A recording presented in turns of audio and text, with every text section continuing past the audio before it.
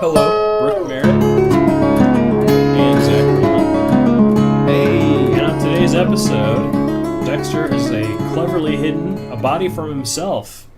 Angel can't stay mad at LaGuerta. Deb and Lundy rule out a bathtub killer suspect. And Dexter just needs one good night's sleep, and the baby says denied. What did you guys think of this episode overall? I thought it was a pretty good episode. Keeping in the good faith of season 4 being the best. Again, I was like back-to-back hits. So, yeah, I thought it was pretty solid. I also thought it was a good episode. Solid. This was such a great episode. This was, in my opinion, one of the biggest, the highest stake cliffhangers that we've had on this show. I thought they handled it very well, and it was legit. Like, you thought they were going to kill racing. Dexter in episode 1 of the season? Well, no, like the body being in the car.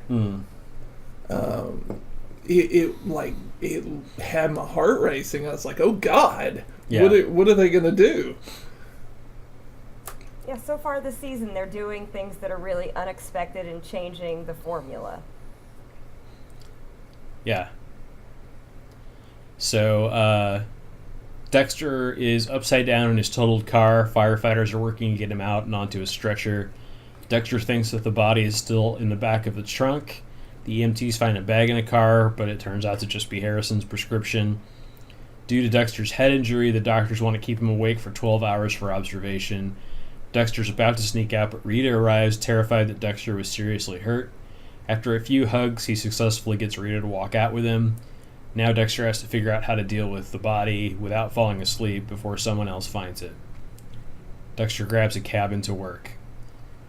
Angel and LaGuerta are working out logistics to not show up to work at the same time. Angel muses about what would happen if they did show up together.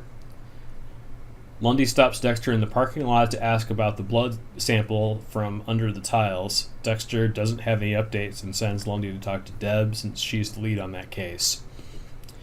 John Lithgow is doing a crossword by the beach and people watching. He stops on a middle-aged woman that appears to be walking with her daughter. There's tense music as he stands and continues to see them walk. Dexter goes to his wrecked car, but all that's in the hidden space are his tools. He now believes that the body was thrown from the car during the accident. Angel calls Dexter and asks him to go to a new crime scene. Dexter says he's on a way, but heads to his own crash site first. So I really... Go ahead. I thought this was... Yeah, I thought this was really like a lot to put Dexter into... right out of the gate. Second episode, it doesn't necessarily slow down. It kind of just speeds up, which I thought was really fun because there's a lot happening still with Dexter and all the things there, but then to splice in just a little bit of the Trinity Killer stuff, and you still don't get anything. There's no words spoken. It's just creepy and eerie and different, and that's fun. So I really appreciate, again, like that, keeping it fresh and different than what it has been before. Yeah, I thought about this too, and I thought that if they hadn't gotten someone as well known as John Lithgow in that role, that they wouldn't have been able to get away with that. They couldn't cast an unknown actor and just have random scenes of him doing stuff like they do. Like, obviously by the end of the last episode we saw him kill someone, so we know a little bit more about him, but it really helps that it draws our attention to the fact that this guy's important because he's being played by a renowned actor. I think one of the things that works to the benefit of this show is it had been a long time since Raising Cain. So recently, at least in respects to the show, John Lithgow had been in comedies. He had just come off of Third Rock from the Sun, not too terribly long before this. And so a lot of the people watching it were probably when they saw him expecting some sort of comedic role, and he was just delivering this menacing performance. It was so good. Yeah, they originally cast French Stewart for this part, but it just didn't work out, so they got John Lithgow instead. That makes sense. Oh, wow. No, I'm joking. I'm completely joking. I was like, I couldn't tell if that was real or not. yeah. He sold it. He sold it well. He sold that really well. 'Cause I was thinking, I don't remember hearing that, but maybe. But really, nobody else could have done this role as perfectly as he does. He is just perfect for it. Yeah, I was just making the Third Rock from the Sun connection there. And like, Yeah. who would be the worst choice for this character? Oh yeah, French Stewart. French Stewart would be the worst choice for most characters. Yeah, That's true. It's a fun game to play, like taking a major actor in a role that they're really well known for, but then connecting them to someone else on another thing they've done, and that's the person that was actually pitched to do it first. yeah. Like, that's a whole game, man. I like that game a lot. Yeah. Masuka tells Deb that he noticed she's wearing perfume. Could it be for Frank Lundy? Deb says, I already have a boyfriend who's coming home tonight, and if you smell me again, I'll punch you in the throat. LaGuardia shows up, everyone a news story on the tourist killer that prompted the mayor to call her. She's putting herself in charge of the case, going over Angel's head. Dexter shows up at the crash site with his Dodge Stratus, but all he finds is Harrison's bear. Harry appears to ask what Dexter did with a body Dexter cannot remember. Frances, the wrecker's lady, shows up with the information on the blood from the old case. Deb says, if I hadn't already gone through that phase in college, I'd kiss you.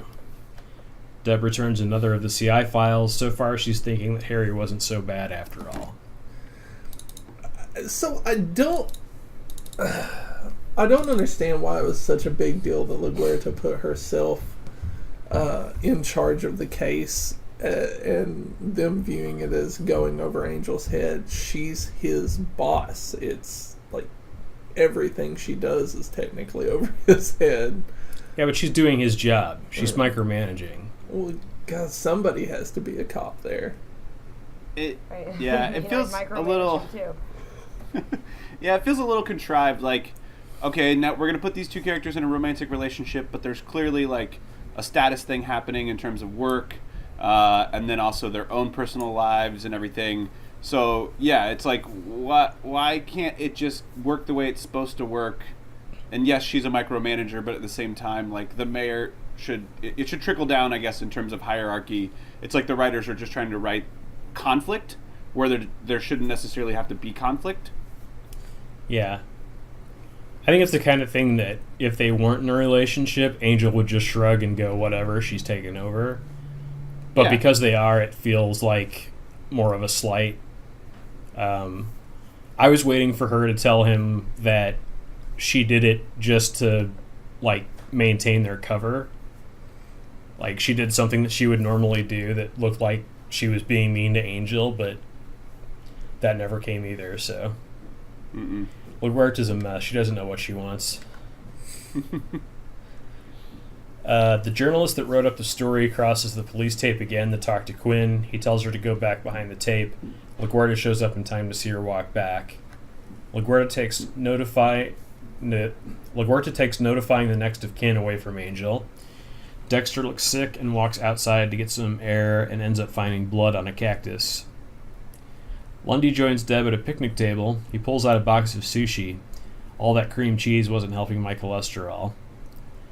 Deb says this situation is weird. They haven't even seen each other or had any other kind of correspondence, and now Lundy's back without even telling her he's in Miami. Lundy agrees that he should have let her know, but he was trying to keep his quote-unquote task force a secret. Which, his task force so far is him and kind of Dexter. So...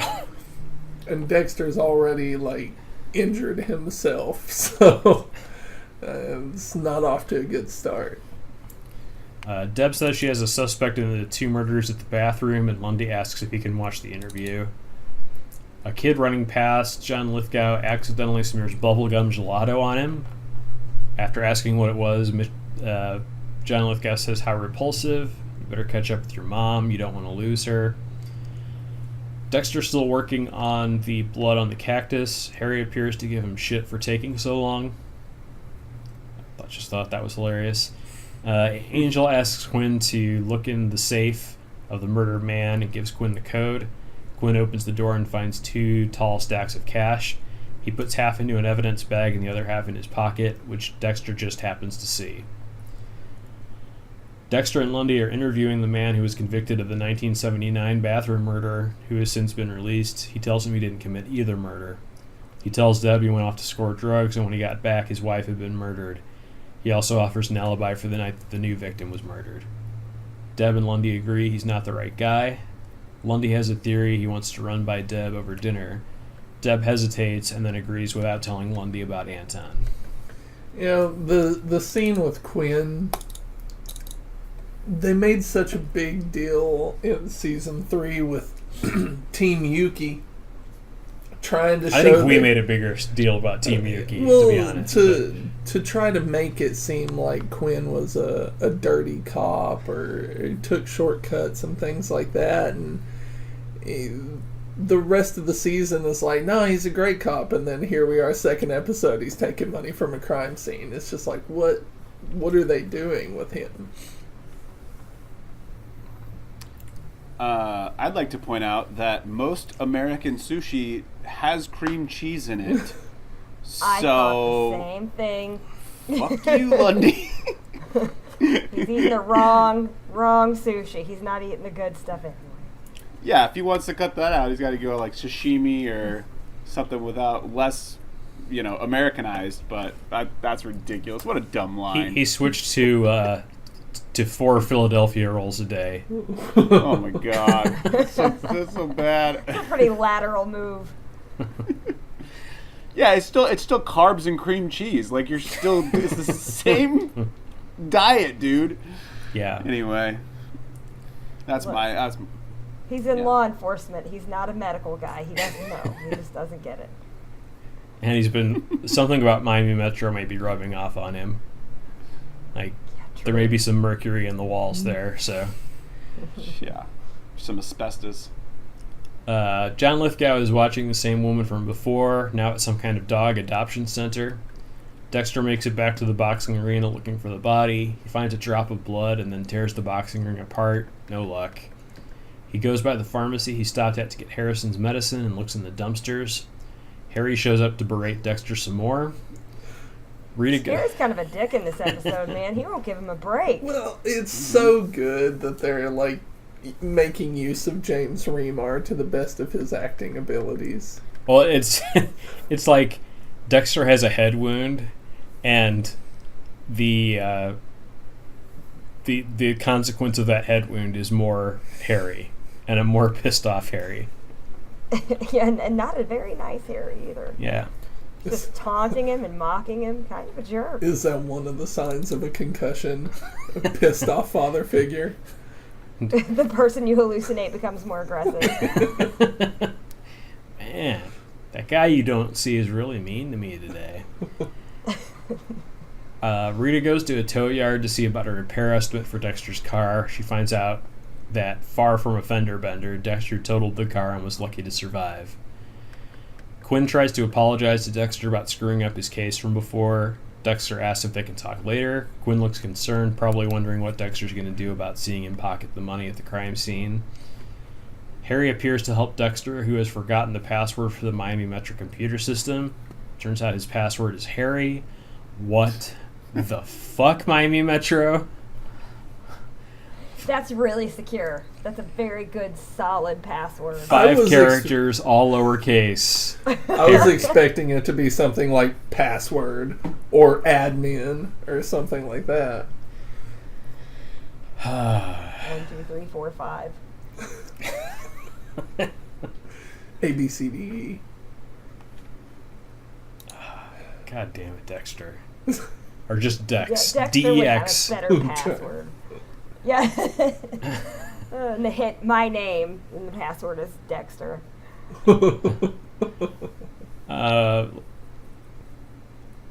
Harry Dexter looks through recent reports to see that no missing body parts have turned up. He chugs a Red Bull and starts thinking through his steps again. LaGuerta and Deb have one of their now trademark break room heart-to-hearts. LaGuerta tells Deb to get closure with Lundy. Deb tells LaGuerta she looks better with her hair down. Could that be any more cliche? Deb's frantically eating Girl Scout cookies and feeling conflicted. They're talking about LaGuerta's hair. It's like you get a scene with two women together and you gotta dumb it down completely. Mm-hmm. We're gonna talk about hair and eat Girl Scout cookies. Yeah. Yeah. And now their cycles are in sync. Right. Yeah, that's next week's episode. They talk about that. You two, the same week?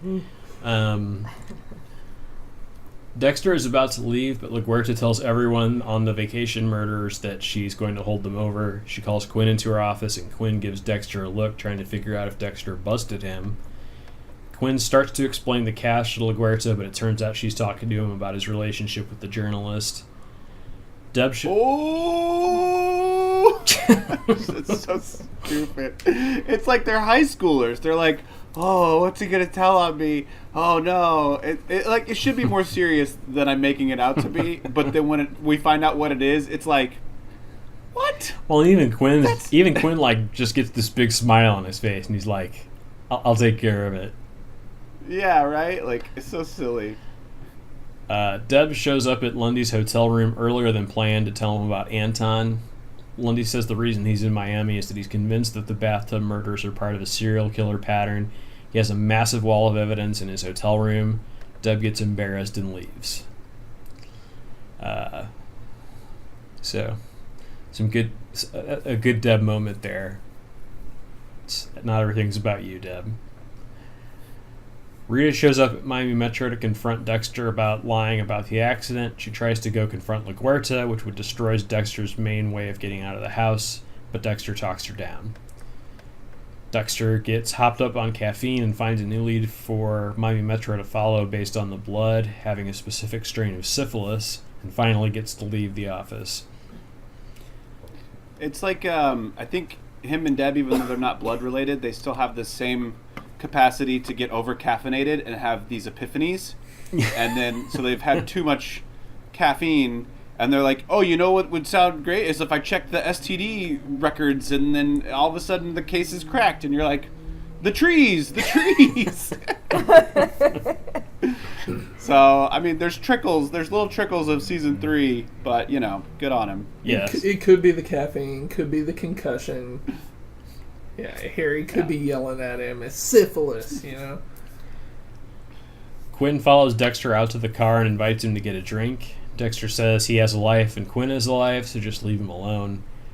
Angel confronts LaGuerta about how she took his case. Angel lets her hair down and says, why are we talking ourselves out of a good thing? Anton gets home. Define a good thing. Yeah. Because it ain't a good thing. Yeah, they need to borrow a basket from Rita, I think. I don't want to know about what they would do with that basket. That's something I don't. Angel would end up breaking every bone in his body just trying to get it open. Well, I feel like if Rita's got a basket, then Masuka's got a whole closet. Masuka has a storage locker somewhere. Let me remember the combination and just raise the garage door on my basket. He's got one of those rotating closets you see in the movies, but it's just like sex toys. A giant Lazy Susan. Mm-hmm. Yeah. That he calls Susan because he's Masuka. Anton gets home and Deb jumps on him, repeating, I love you. Dexter goes back to the boxing ring and gets a call from Lundy. He wants to enlist Dexter for help. Their phone conversation is intercut with Walter Mitchell watching the same woman. It's now dark outside. Lundy says that the Trinity serial killer is going to kill again. Another woman, older than Lisa Bell this time. It's a great speech he gives there. I don't remember specifically his wording, but it's such a good Lundy speech saying, if we don't stop this, it's going to happen again. It's going to be another woman. Just a great Lundy moment. Mm-hmm. And then John Lithgow walks past the lady on the sidewalk. He's walking a dog and loosens the leash a little so the dog can approach her. She stops to pet the dog. Mitchell takes one of her grocery bags and carries it about 4 steps before they reach her house. She takes the bag back and goes inside. He releases the dog. It wasn't really his dog.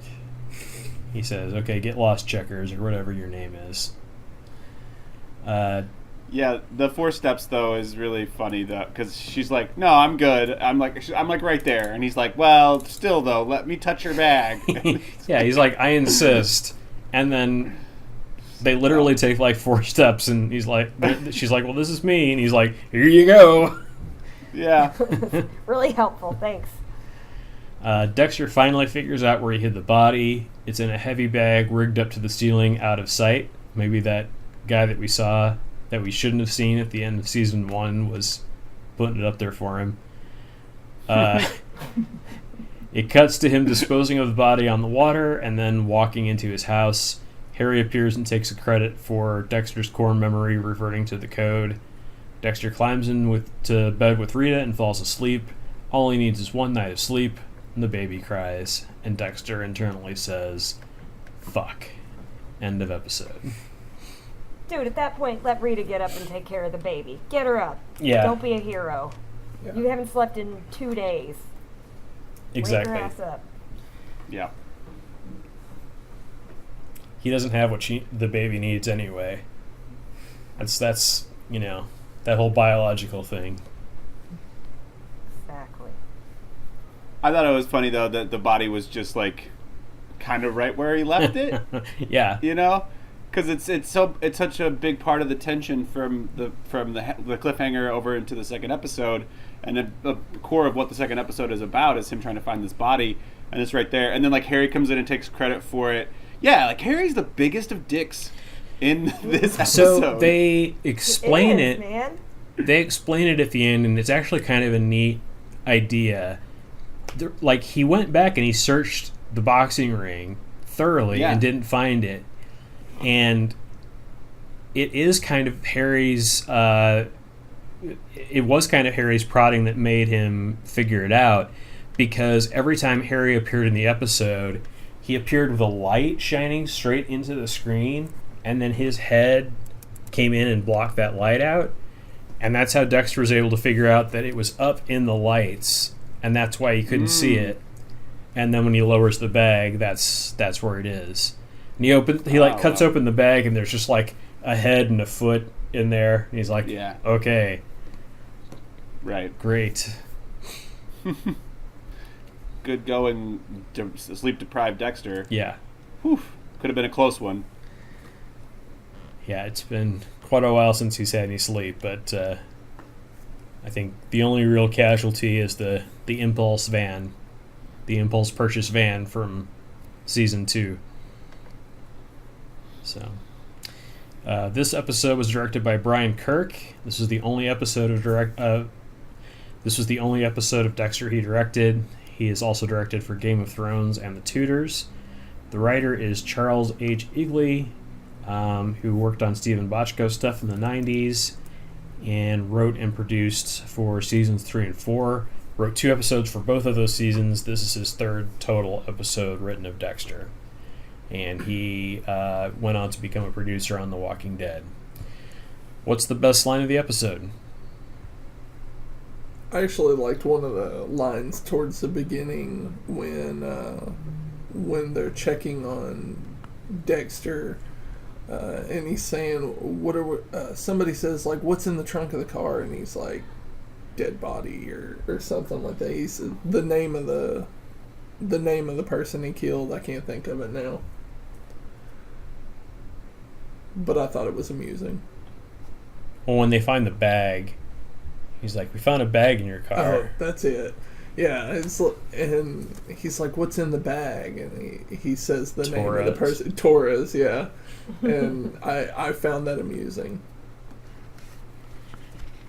Because I didn't Oh, think I didn't think that he still had the body with him. I didn't feel that way at the end of episode 1, so I think his head injury just completely made him forget what he did with it. I actually went with Lundy's whole little speech about why they needed to catch the bathtub killer. I just liked what he said. Mm-hmm. I like that you call him the bathtub killer. That's what Miami Metro calls him. Yeah, I think that's what they're calling him so far, because he's not officially dubbed Trinity, right? Except just by Lundy, yeah, that's right? just in Lundy's paperwork. Miami Metro calls him the bathtub killer. That's I'm just true. using the Miami Metro lingo. Oh God, it's rubbing off on Brooke. You know. My line was just one murder-free day, Miami. That's all I ask for. Mm-hmm. That was good. How about worst line of the episode?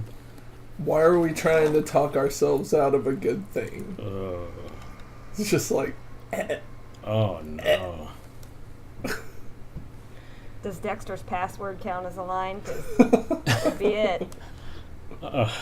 Harry. I think Deb saying "I love you" to anyone ever is probably just the worst line. It's like, Deb, don't say that, because you probably don't mean it or don't know what it means, and then also that person's gonna die. So, or try to kill you. With the death vagina. Yeah.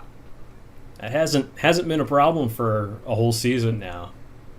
It almost got him. Her vagina didn't kill anyone last season. It almost got him. It got him skinned. Anton got skinned. Yeah. Yeah. I was like, he paid a price. Well, So. I mean, you mess with the ancient voodoo secrets of the death vagina, and things are going to go wrong. How about the Chicky Hines memorial performance of the episode? Lundy. Okay. I switched it up on this one. I think Lundy was still a good choice, but I went with, even though he's a big dick, James Remar as Harry, because it's fun to see him playing different, I think, as opposed to what we're normally seeing him be like, Dexter, I'm so concerned, and now he's like, you're an idiot. So I like You that. improved Harry. Even though Harry's a big dick. A big hairy dick. I'll go with Lundy. It's good to have him back on the show, and he had more screen time this episode. So I'd give it to Rita's stockpile of sex toys. So, okay, nothing on that. Okay, thanks, guys. That was the last episode, wasn't it? That was Yeah, that was All right, fine. episode 1. All right. Gosh. I was trying to process what was just happening. No, yeah, it's episode 1. That's Yeah, I was like, did that happen this episode? Did she try it again? He's injured. He has a head wound. Or yeah, he's going a to hairy dickhead wound.